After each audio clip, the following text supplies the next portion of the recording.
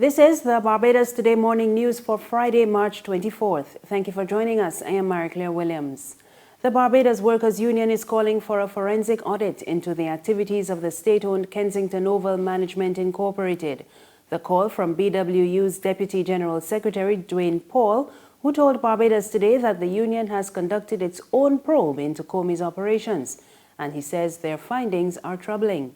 Paul says the union has informed Sports Minister Stephen Lashley that they need to meet with him to share their findings. Earlier this week, Minister Lashley told Barbados Today he had instructed Comey Chairman Anthony Waldron to investigate the contents of an unsigned letter which revealed allegations of mismanagement and abuse. Arawak Cement Company has disclosed plans to invest $50 million in the local economy over the next 3 years. General Manager Manuel Toro told Barbados Today his company sees great potential for growth and they are confident in the future of the local cement business. We are used to have cycles all the time, and we know there is a cycle, it's an economical cycle, and the cycle overcome with time. And if we are thinking in the long term, we see a lot of potential. Actually, we are investing in this country for the next 3 years, $50 million US. Not only in CAPEX, which is investment in equipment, it's also the local suppliers and labor and energy and everything that we consume. It's about $50 million for the next 3 years. So that means that we are betting on the future. No? We are thinking that the conditions in Barbados will improve in our main export markets. Toro added that Arawak is planning to increase exports to CARICOM and the OECS. Actually, we are bringing a new company which was based on Anguilla. Now we are basing that company on Barbados. It's a trading company of the TCL Group. And that company will add another $30 million in the Forex US. Arawak's parent company, Trinidad Cement Limited, was recently taken over by Mexican manufacturer Cemex. In other news, a visiting economist says Barbados is capable of solving its own economic problems without seeking outside help. The former governor of Central Bank of Ireland, Dr. Patrick Honohan, says no one understands the economy as well as Barbadians do. His recommendation comes in the wake of 2 successive downgrades by noted international ratings agencies and amidst growing concern over the state of the economy. Honohan also advised that whatever package is agreed must make sense and must have the public's support. The last thing you want is for somebody, whether from me or from somebody from Washington, comes down and says, here, now I know what you should do. You should do this and this and this, and please do it quickly. No, that's not the way any country is going to deal with its problems. A country, why? Why? Because any prescription coming from outside will only be adopted half-heartedly at best, or even at worst could be said, oh, so-and-so saying this and that. What does he know? He doesn't recognize the local thing, and that's true. Only the local people understand the economy, they understand the pressure points. There are various things you can do to deal with all these problems. There are choices to be made, and choices to be made by Barbadians. Say, well, we could do this in Trinidad, but we're not going to do that. We're going to do the other thing. And that's a political decision made by the people of Barbados, by the government of Barbados, in consultation with the people of Barbados. And I think that's the only way to think about this. Rubis Caribbean is calling for transparency as the Fair Trading Commission continues to examine the proposed sale of state-owned Barbados National Terminal Company Limited to regional petrol products giant, the Sol Group. Last month, the FTC invited all industry participants, representatives of consumer interest groups, and other parties to share their views on the proposed transaction.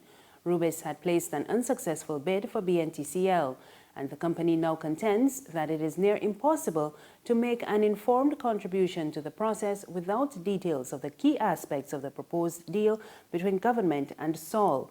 At the top of Rubis's list of concerns is the absence of information on how much more it would cost businesses that use the terminal after its sale. CEO Mauricio Nichols told Barbados Today that everyone who uses BNTCL would be subjected to an increase, and they would like to know what the percentage of that increase would be. A 14-year-old schoolboy is to reappear in court on June 28 to answer to charges in connection with Tuesday's violent incident at a rural secondary school.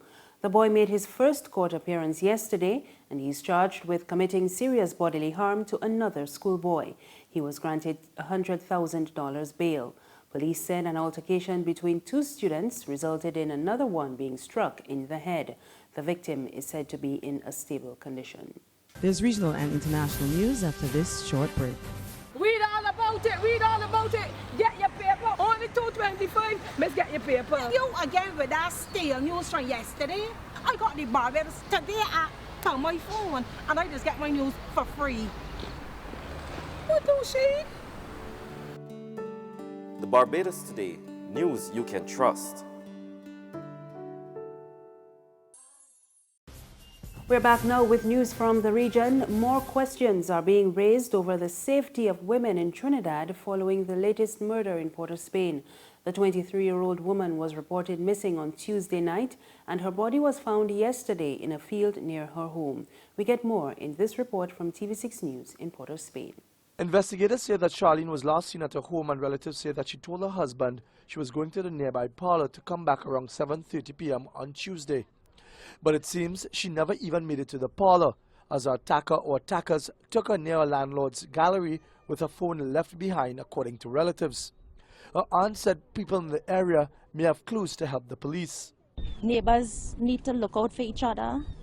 We need to help each other, because even when we were asking neighbors and they said they saw certain things, nobody was willing to come forward to say, well, you know, yes, this is what we saw and we're willing to help. Everybody was like, hush, hush, they didn't want to say anything. Her youngest brother, Christopher, who shares an especially close bond, could only remember good about his sister.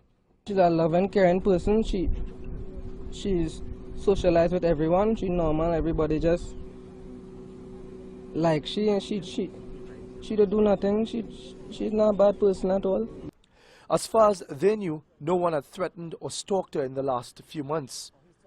Homicide detectives have since detained a male relative for questioning. And finally, on the international scene, U.S. President Donald Trump will have a second attempt to try to reach a deal with Republican lawmakers on dismantling Obamacare today. The vote on a new health care bill was rescheduled after they failed to reach consensus. Conservatives believe the bill does not go far enough to repeal Obamacare, and moderates feel the plan could hurt their constituents. Republicans indicated that they are willing to work through the weekend to settle the matter, but Trump's top aides said he was done talking and he wants a vote today. That's news this morning. Remember, you can get more on our website, www.barbadostoday.bb. You can also subscribe to our e-paper, email updates, and like us on Facebook. We're on Izumi Media in bus terminals and Screenplay at supermarkets and gas stations near you. You can also tune in to Channel 99 on Flow TV or Mix 96.9 FM for more news. I am Maricla Williams. Have a good morning.